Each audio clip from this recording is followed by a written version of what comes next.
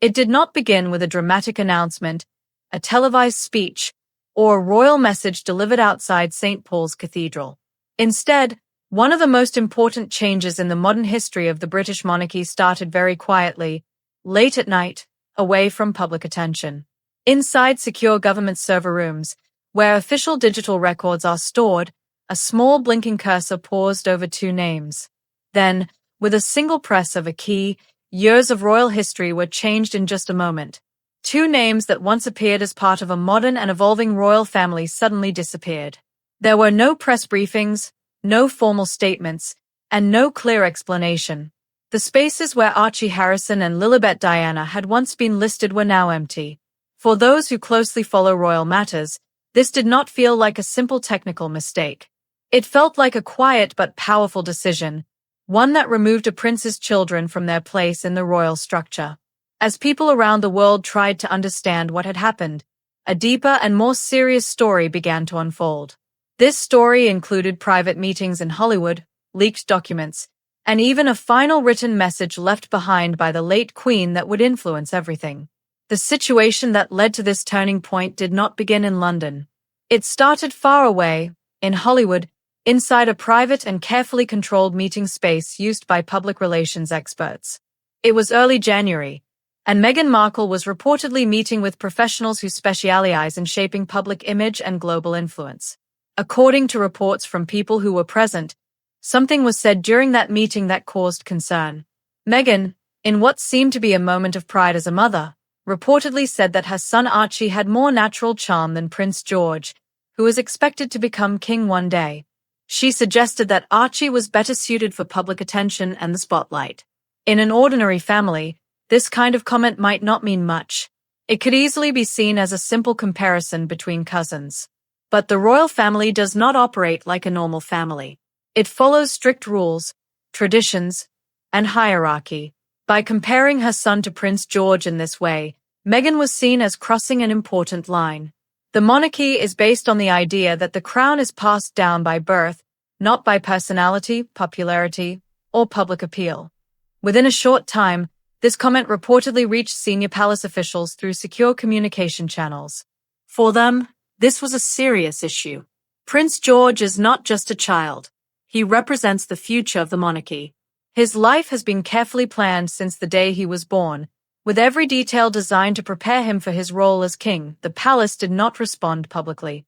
Instead, they acted quietly but firmly. The removal of the children's names from official records sent a clear message. It showed that the monarchy was no longer willing to ignore the situation. However, the real reason behind this action was much deeper than a single comment. It was connected to an issue that had been quietly developing since 2019. In mid-2025, a set of documents became public that had previously been kept private under strict rules. These papers were linked to an office known as the Office for Constitutional Integrity. Among them was a scanned intake form from the Santa Barbara Fertility Center dated April 18, 2019. According to the official version of events, Archie was born at the Portland Hospital in London on May 6, 2019. But this document suggested something different. Under the section labeled Maternal Source, it reportedly stated Surrogate A, while Meghan Markle was listed as the intended parent. These two words, intended parent, raised serious legal questions. The British monarchy follows very old laws when it comes to succession. One of the most important is the Act of Settlement of 1701. This law was created during a time of political and religious conflict to protect the royal line. According to long-standing interpretation, an heir must be born directly to a royal descendant and their legally married spouse. These rules were written long before modern medical methods existed. If Archie was not born directly to the Duchess, then under these rules, he may not have been eligible to be in the line of succession at all. This made the situation far more serious than a personal matter. It became a constitutional issue. What appeared to be a reaction to a public remark was actually part of a much larger correction. It was about resolving a problem that had been quietly managed for several years. This information also changes how we understand the events of 2020, when Prince Harry and Meghan stepped back from royal duties. According to insiders, concerns about Archie's birth had already become a serious issue behind closed doors. The Sandringham meeting, where the Queen, Prince Charles, and Prince William spoke with Harry, was not just about personal choices or family matters. It was also about preventing a sensitive issue from becoming public. Reports suggest that a specific clause, Clause 7, Paragraph 3, was included in the final agreement. This clause meant that the monarchy would not investigate questions about lineage, as long as Harry and Meghan stepped away from public royal duties. In simple terms, it was an understanding. The palace would not look deeper into the issue, and in return, the couple would live privately and avoid further public conflict. But this agreement did not hold for long. In 2021, during their interview with Oprah Winfrey, Harry and Meghan openly criticized the monarchy. They described it in negative terms and made serious claims about their experiences. Later, their Netflix series and Harry's book Spare added even more pressure.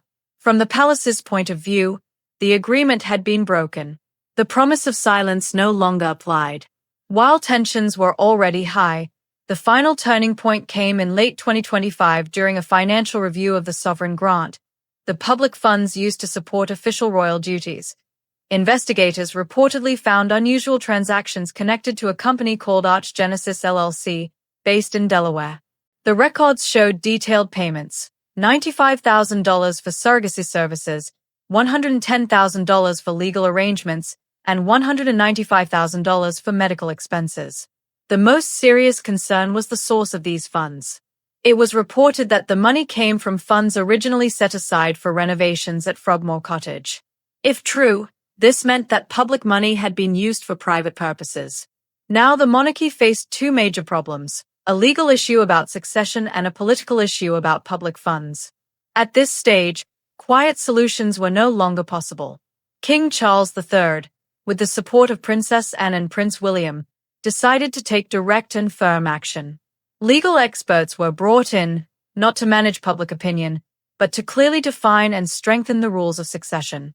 The solution came through a formal document known as a letters patent. On January 18, 2026, King Charles signed this change.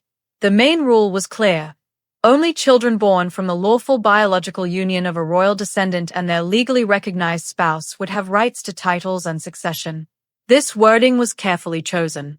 It clearly excluded cases involving surrogacy or unclear biological parentage. Within 36 hours of signing this document, the names of Archie and Lilibet were removed from the royal website. The public saw the result, but only a few understood the years of legal and financial concerns behind it. Inside the palace, the feeling was not anger, it was a sense of final resolution. Then, just as public discussion reached its peak, another unexpected development came forward. Inside the royal archives at Windsor, a sealed envelope labeled Kensington Protocol 14C had been stored. It carried Queen Elizabeth II's personal seal and included instructions to open it under certain conditions. On February 29, 2026, those conditions were met. The letter inside was dated October 5, 2022, written shortly before the Queen's passing. In it, she expressed her trust in Prince William, Catherine, and their children. She clearly stated that George should inherit the crown, Charlotte should uphold its dignity, and Louis should protect its grace.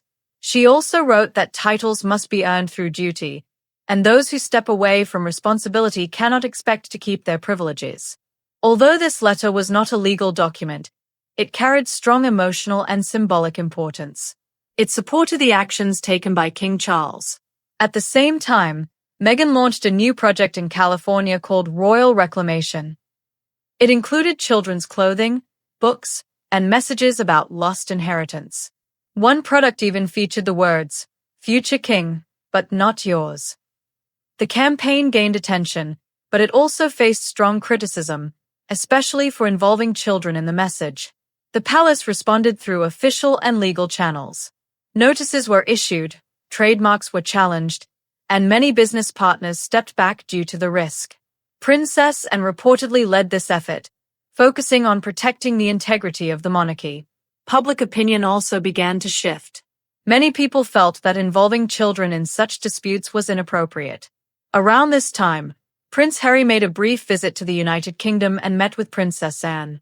The meeting was short and serious. When asked later about reconciliation, she simply said, "One cannot reconcile with methods." This made it clear how serious the situation had become. It was no longer just a family disagreement, it was about actions and consequences. A final attempt by Meghan, a charity auction titled A Future for Archie and Lilibet, ended quickly after concerns were raised about the items displayed. The royal household released a clear statement that no royal items had been sold or approved for sale. By this point, the Sussex brand had lost much of its public support. The monarchy, on the other hand, continued to rely on its long history, legal structure, and traditions. Prince George remains the future king not because of personality, but because of his position and responsibility. The empty spaces on the royal website now serve as a lasting reminder. In the monarchy, stepping away from duty also means stepping away from its privileges. Today, the House of Windsor is focused on the future, preparing the next generation for their roles. Meanwhile, Harry and Meghan continue their life in California, away from the direct influence of the crown. They wanted independence, and they achieved it. But that independence also came with distance from royal protection and status. The monarchy has made its position clear. Its rules remain firm, shaped by centuries of tradition and law. It may seem strict, but this structure is what has allowed it to survive for so long. The line has been drawn, the decisions have been made, and the story continues to develop. Thank you for following this full explanation.